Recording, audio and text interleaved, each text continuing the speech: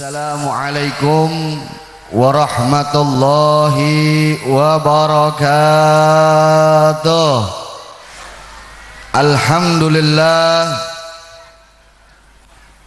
Alhamdulillahilladzi yaguki sayyidil mursalin. Innallaha wa malaikatahu yusalluna 'alan nabi. Ya ayyuhalladzina amanu sallu alaihi wa sallimu taslima. Allahumma salli wa sallim wa barik alaihi wa ala alihi wa ashabihi. Alhamdulillahilladzi hadana li hadza wa ma kunna linahtadiya laula an hadanallah. Ashhadu an la ilaha illallah wahdahu la syarikalah wa ashhadu anna sayyidana Muhammadan abduhu wa rasuluhu la nabiyya ba'dah. Allahumma salli wa sallim wa barik ala sayyidina Muhammadin al-fatih lima ughliqa wal khatim lima sabaqa an-nasiril haqqa bil haqq wal hadi ila siratikal mustaqim wa ala alihi wa sahbihi haqqa qadrihi wa miqdarihil azim. Allahumma arinal haq haqqan warzuqna ittiba'ah wa arinal batil batilan warzuqna ijtinabah. Rabbana atina min ladunka rahmatan wa hayyi' lana min amrina rasyada. Rabbi shrah li sadri wa yassir li amri wahlul 'uqdatam min lisani yafqahu qawli. Rabbi zidna ilman amin warzuqna fahman wa atina hikmatan birahmatika ya arhamar rahimin. Amma ba'du fa ya ibadallah, usikum jami'an wa nafsi bitaqwallah wa bi ta'ati Rasulillah sallallahu alaihi wa alihi wa sahbihi wa sallam la'allakum tuflihun. Wallahu subhanahu wa ta'ala amarna bittaqwa biqaulihi ya ayyuhalladzina amanu taqullaha haqqa tuqatih wa la tamutunna illa wa antum muslimun. Wa qala ta'ala aidan falladzina amanu bihi wa azaruhu wan nasaruhu wa taba'un nural ladzi unzila ma'ahu ulaika humul muflihun. Wa qala ta'ala aidan wa ma arsalnaka illa rahmatan lil alamin. Wa qala ta'ala aidan qul bi fadlillahi wa bi rahmatihi fabidzalika falyafrahu huwa khairum mimma yajma'un. Wa qala Rasulullah sallallahu alaihi wa alihi wa sahbihi wa sallam atau kama qala an-nabi alaihi salatu wassalam alaika bittaqwallah fa innaha jima'u kulli khair. Sadaqallahul aliyul azim wa sadaqa rasuluhun nabiyul habibul karim. Wa nahnu ala dzalika minasyahidin wasyakirin walhamdulillahi rabbil alamin. Taqabbalallahu minna wa minkum fataqabbal ya karim. Kepada bapak-bapak, ibu-ibu, saudara-saudari sekalian rahimakumullah, wabil khusus salam hormat, salam ta'zim kita haturkan, kita sampaikan kepada guru-guru kita, para alim ulama, para habaib, para kiai, para asatidzah. Wabil khususil khusus kepada guru kita yang insyaallah sebentar lagi akan menyampaikan nasihat-nasihatnya, mauidhah-mauidhahnya, tausiah-tausiahnya ad-da'i ilallah, yakni Buya Yahya hafizahullahu ta'ala wa ra'ahu, amin. Juga kepada guru-guru kita yang lainnya yang mohon maaf, namanya tidak bisa kita sebutkan satu persatu, tetapi insya Allah tidak mengurangi rasa hormat, rasa ta'zim, rasa mahabbah, rasa cinta kita kepada guru-guru kita, beliau-beliau tersebut. Kita doakan kepada guru-guru kita, semoga Allah subhanahu wa ta'ala berikan umur yang panjang, amin, dalam ketakwaan, dalam istiqamahan, amin. Allah subhanahu wa ta'ala senantiasa sehat afiatkan jasmani maupun ruhaninya, berkahi ilmunya, lancarkan rizkinya, mudahkan segala dan berbagai macam urusan-urusannya. Dan yang terpenting juga kita mohon kepada Allah subhanahu wa ta'ala agar guru-guru kita diberikan oleh Allah subhanahu wa ta'ala lebih daripada kesabaran, kekuatan, ketegasan, keberanian, keistiqamahan untuk selalu membimbing kita agar kita dapat lebih baik, kita dapat lebih sempurna, kita dapat lebih maksimal, dan kita dapat terus dan tetap istiqamah beribadah kepada Allah subhanahu wa ta'ala, amin ya rabbal alamin. Dan juga mudah-mudahan dengan kehadiran beliau-beliau di tengah-tengah kita, semoga Allah subhanahu wa ta'ala jadikan hal tersebut sebagai salah satu sebab sehingga Allah subhanahu wa ta'ala turunkan lebih banyak barakah, maghfirah, rahmatnya kepada kita sekalian, amin ya rabbal alamin. Dan juga tentunya tidak lupa kita haturkan salam hormat kepada seluruh dan segenap aparatur pemerintah, baik TNI, Polri maupun sipilnya ataupun yang mewakilinya yang telah berkenan hadir untuk bersama-sama meramaikan, mensyiarkan, menyemarakkan acara peringatan Maulid Nabi Muhammad sallallahu alaihi wasallam ini. Dan juga tentu kita haturkan salam yang istimewa kepada seluruh dan segenap panitia peringatan Maulid Akbar Nabi Muhammad sallallahu alaihi wasallam di Masjid Al-Furqan ini, yang telah bekerja keras, yang telah bekerja sama untuk menyelenggarakan, untuk mensukseskan acara ini. Mudah-mudahan Allah subhanahu wa ta'ala balas dengan berbagai macam kebaikan yang berlipat ganda.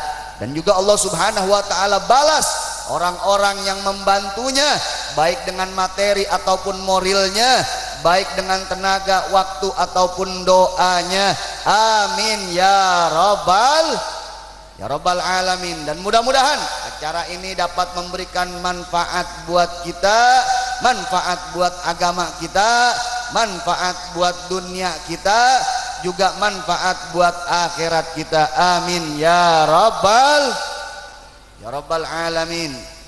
Juga tentunya tak lupa salam yang teristimewa saya haturkan kepada seluruh dan segenap bapak-bapak, ibu-ibu, saudara-saudari sekalian, hadirin wal hadirat, para jamaah rahimakumullah. Alhamdulillah wa syukrulillah, thumma alhamdulillah wa syukrulillah. Pada malam hari ini kita dapat kembali berkumpul, bersilaturahmi dalam acara peringatan Maulid Nabi besar Muhammad sallallahu alaihi wasallam. Dan semoga kehadiran kita pada malam hari ini terhitung dan dihitung, tercatat dan dicatat di sisi Allah subhanahu wa ta'ala sebagai salah satu tanda bukti cinta kita kepada Rasulullah sallallahu alaihi wasallam.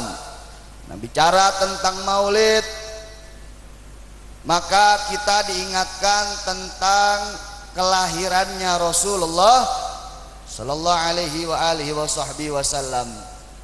Dan bicara tentang kelahirannya Rasulullah sallallahu alaihi wa alihi wasallam, kita diingatkan tentang suatu peristiwa yang luar biasa, di mana peristiwa ini bukan hanya menggemparkan penduduk bumi, bahkan penduduk langit pun gempar dibuatnya. Mereka bergembira, mereka bersukaria, bersukacita menyambut kelahirannya sang Nabi Rasulullah sallallahu alaihi wa alihi wasallam. Saat itu malaikat-malaikat yang ada di bumi, yang ada di langit, Allah subhanahu wa ta'ala persiapkan untuk menyambut kelahirannya Rasulullah sallallahu alaihi wasallam.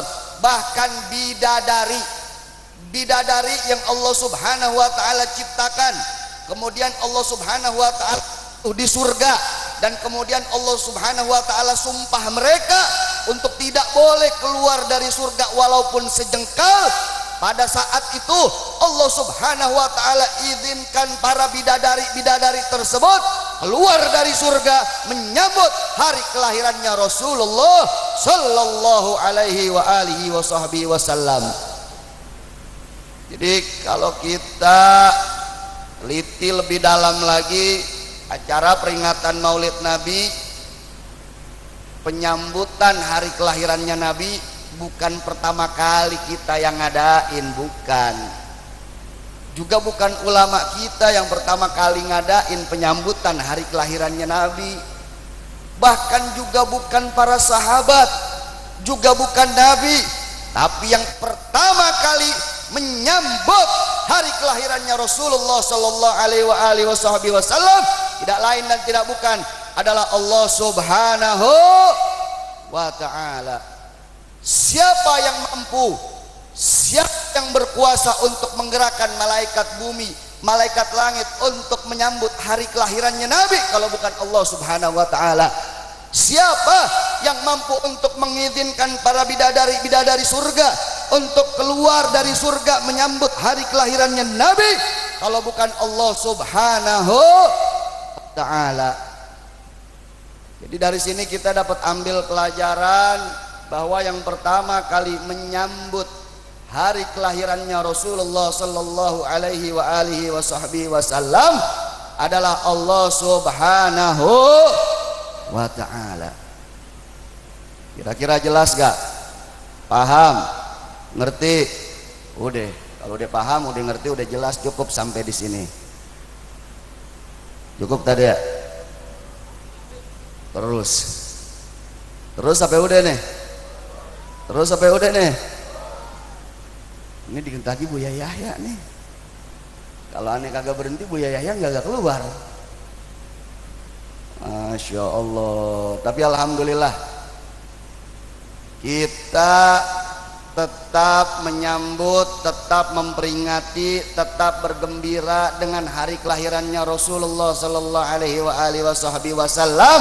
Walaupun ada sebagian orang-orang yang mencaci kita, memaki kita, bahkan tidak segan-segan mengkafirkan kita hanya karena kita ikut Maulid Nabi, hanya karena kita merayakan Maulid Nabi, hanya karena kita memperingati Maulid Nabi.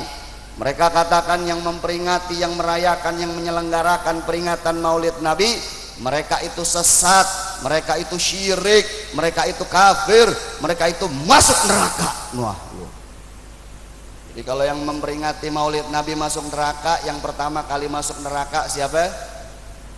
Panitia. Panitia yang ngadain. Betul apa betul? Betul apa betul? Terus habis panitia yang masuk neraka siapa? Bapak-bapak, ibu-ibu yang ngeramein. Betul? Terus Habib, ya kan Habibnya diundang. Betul apa betul? Habib diundang, suruh duduk, suruh ikut, nggak disuruh ceramah, suruh ceramah. Ntar kepada malaikat kita protes, kat, aneh kan diundang sama panitia. Masya Allah. Kira-kira jelas gak? Paham? Tapi nggak apa-apa, mereka nggak mau ikut maulid, nggak apa-apa. Betul? Betul? Enggak, kita enggak wajibin mereka untuk ikut maulid, kagak. Tapi tolong dong, mereka enggak mau maulid, enggak apa-apa, kita enggak larang, kita juga enggak paksa mereka untuk ikut maulid, betul? Tapi tolong jangan caci kita, jangan maki kita, jangan cerca kita, jangan hina kita, jangan sesatkan kita, apalagi sampai mengkafir-kafirkan kita hanya karena kita memperingati maulid Nabi, hanya karena kita ingin membuktikan cinta kita kepada Nabi sallallahu alaihi wasallam. Nah, maka itu ma'asyiral jamaah rahimakumullah, dengan peringatan maulid Nabi ini kita diingatkan tentang kelahirannya Rasulullah sallallahu alaihi wasallam. Dan bicara tentang kelahirannya Nabi, maka kita diingatkan tentang riwayat hidupnya, kita diingatkan tentang sejarah hidupnya Rasulullah sallallahu alaihi wa alihi wasallam. Dan bicara tentang riwayat hidupnya Nabi, maka kita pun diingatkan tentang ucapannya, tentang perbuatannya, tentang sikapnya, tentang tingkah lakunya, tentang gaya hidupnya, tentang kepribadiannya, tentang akhlaknya Rasulullah sallallahu alaihi. Dan bicara tentang semua itu, maka kita diingatkan untuk tidak lagi ragu-ragu, untuk tidak lagi ragu-ragu menjadikan Nabi sebagai uswatun hasanah, sebagai qudwatun thayyibah dalam kehidupan kita sehari-hari, agar hidup kita selamat, agar hidup kita bahagia, agar hidup kita senang sentosa dunia hingga akhirat, insya Allah. Jadi inti peringatan maulid Nabi, kita diingatkan tentang akhlaknya Nabi, tentang yaitu kepribadiannya Nabi, ucapan, perbuatan, sikap, tingkah lakunya, yang mana itu bertujuan untuk membuat kita, menyadarkan diri kita tidak ragu-ragu menjadikan Nabi sebagai uswah, sebagai panutan, sebagai suri tauladan, sebagai qudwah, sebagai panutan kita dalam kehidupan kita sehari-hari. Bagaimana Nabi berucap, bagaimana Nabi berbuat, bagaimana sikap, tingkah laku, akhlak dan kepribadiannya Nabi. Dan di dalam Al-Quran Allah subhanahu wa ta'ala menggambarkan itu semua. Di antaranya salah satu ayat yang berbunyi, faqala ta'ala ma arsalanaka illa rahmatan lil alamin. Dan tidaklah kami telah utus engkau wahai Nabi, wahai Rasul, ya Muhammad sallallahu alaihi wa alihi wasallam, illa kecuali rahmatan, sebagai rahmat lil alamin, bagi alam semesta. Bukan hanya untuk orang muslim saja, tapi untuk seluruh manusia. Bukan hanya untuk manusia saja, bahkan hewan, tumbuhan, seluruh makhluk hidup yang ada di alam semesta ini diutusnya Nabi kita yang tercinta alaihi salatu wassalam sebagai rahmat untuk mereka. Tapi Pak, Bu, ini kadang-kadang ini ayat dipelintir oleh sebagian oknum. Mereka bawain ayat ini, wa ma arsalnaka illa rahmatan lil alamin, buat Natalan bareng. Wa ma arsalnaka illa rahmatan lil alamin, buat ikut ibadah umat beragama yang lain. Padahal ulama menjelaskan wa ma arsalnaka illa rahmatan lil alamin, tidaklah kami utus engkau wahai Nabi, wahai Rasul sebagai rahmat. Artinya Nabi diutus sebagai rahmat untuk semesta alam. Artinya syariat yang Nabi bawa kalau diterapkan, maka dengan penerapan tersebut Allah subhanahu wa ta'ala akan melimpahkan rahmatnya. Jadi ini ayat bukan pembenaran untuk orang berbuat maksiat didiemin dengan alasan Islam rahmatan lil alamin. Nggak begitu. Justru ini ayat menjadi dalil kalau syariatnya Nabi Muhammad sallallahu alaihi wasallam diterapkan, maka rahmat Allah Subhanahu wa taala akan mengucur dengan deras. Tapi kalau syariatnya Nabi tidak diamalkan, maka kemungkinan berat rahmat Allah Subhanahu wa taala tidak akan datang kepada kita. Kira-kira jelas gak Pak, Bu? Paham? Coba kita lihat. Ahlan wa sahlan wa marhaban yudurikum.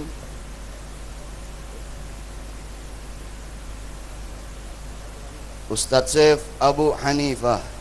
Sallu ala Muhammad. Sallu ala Muhammad. Sallu ala Muhammad. Udah apa udah? Udah ya? Udah ah. Naam, sedikit saya mau tambahin. Saya ambil contoh yang kecil. Bagaimana syariatnya Nabi kalau kita terapkan akan membawa rahmat, akan mengundang rahmat kepada kita. Nggak usah yang jauh-jauh. Nabi kalau tidur ngajarin kita untuk miring ke kanan. Sahabat saat itu nggak banyak tanya, nggak kayak murid sekarang. Sahabat dulu kalau diajarin Nabi sami'na wa ata'na, sam'an wa ta'ah, dia dengar dia taat. Kalau orang sekarang sami'na wa ata'na wa analisa, dia dengar dia taat tapi dia nanya dalilnya apaan. Begitu dulu ya, betul apa betul? Kalau sahabat Nabi enggak, Nabi melakukan begitu dia ikutin. Kenapa? Karena mereka sudah yakin, sudah mantap bahwa apa yang Nabi ajarkan, apa yang Nabi perintahkan pasti akan membawa kebaikan buat kita. Dan apa yang Nabi larang, apa yang Nabi suruh untuk kita jauhinya pasti akan membawa bahaya, akan membawa mudarat kalau kita mengerjakannya. Jadi begitu Nabi tidur miring ke kanan, sahabat ikutin tidur miring ke kanan. Mereka nggak banyak tanya, tapi mereka yakin bahwa apa yang Nabi lakukan, perbuatannya Nabi pasti membawa kebaikan buat mereka. Ternyata kurang dari 100 tahun yang lalu dunia medis menginformasikan kepada kita bahwa tidur yang paling baik adalah tidur miring ke kanan. Persis seperti apa yang diajarkan Nabi. Apa alasan medis?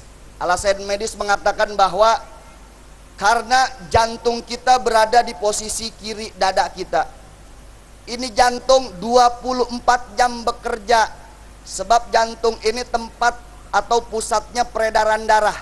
Kalau jantung berhenti, darah nggak jalan, innalillahi wa inna ilaihi rojiun. Jadi ini jantung nggak pernah berhenti, terus bekerja dari pagi ke siang, siang ke sore, sore ke malam, malam ke pagi lagi, terus dan terus ini jantung bekerja nggak pernah berhenti. Karenanya kalau jantung yang dari pagi sampai siang, siang sampai sore, sore sampai malam sudah bekerja nggak berhenti, lalu kita tidur miring ke, ini jantung ketekan, sudah bekerja 24 jam, ditekan pula sama badan kita, akhirnya bisa menyebabkan penyakit jantung, bisa menyebabkan serangan jantung, bisa menyebabkan gagal jantung, bisa menyebabkan orang mati mendadak. Lalu kenapa kagak tengkurap? Karena tengkurap bisa lebih parah lagi. Pernapasan bisa tersendat dengan tiba-tiba. Paru-paru juga bisa tersendat dengan tiba-tiba. Lalu kenapa nggak celentang? Celentang juga sama. Bisa berbahaya, bisa menyebabkan sesak napas dan yang lainnya. Makanya yang lebih bagus adalah miring ke kanan. Kenapa miring ke kanan? Karena dengan miring ke kanan jantung kita nggak ketekan. Setelah 24 jam bekerja, kemudian malamnya kita istirahatkan, tanpa jantung ini tertekan, dan akhirnya jantung kita akan kuat, jasmani kita pun akan sehat. Alhamdulillah. Ini yang diajarin Nabi. Dunia medis, orang barat neliti, kemudian ternyata betul yang paling bagus tidur adalah miring ke kanan, percis yang diajarin Nabi. Dulu sahabat nggak teliti, nggak neliti, nggak nanya detail. Mereka yakin apa yang diajarkan Nabi pasti baik dan pasti benar, pasti akan membawa maslahat kepada mereka kalau mereka mau menerapkannya. Makanya begitu Nabi tidur miring ke kanan, mereka ikut tidur miring ke kanan. Makanya nggak pernah kita dengar sahabat ada yang kena serangan jantung. Betul apa betul? Walaupun mereka nggak ikut senam kesegaran jasmani, walaupun mereka nggak ikut lari-lari ke Monas, tapi jantung mereka sehat-sehat, fisik mereka kuat, walaupun usia mereka sudah lanjut, karena menerapkan sunnah Rasulullah Sallallahu Alaihi Wasallam. Alhamdulillah. Itu baru satu contoh kecil daripada sunnahnya Rasulullah Sallallahu Alaihi Wasallam, dan masih banyak lagi. Dan kalau kita mau meluangkan waktu untuk ikut hadir duduk di majelis taklim, maka insya Allah kita akan dapatkan lebih banyak pengetahuan yang berkaitan tentang itu, insya Allah. Tapi apa yang tadi saya sampaikan mudah-mudahan dapat kembali menyadarkan diri kita dan menyemangatkan diri kita untuk terus dan terus menteladani Nabi kita yang tercinta alaihi salatu wassalam. Kiranya itu saja yang bisa saya sampaikan. Mohon maaf atas segala kekurangan. Hadani Allah wa iyyakum ila siratil mustaqim wal afu minkum. Wassalamualaikum warahmatullahi wabarakatuh.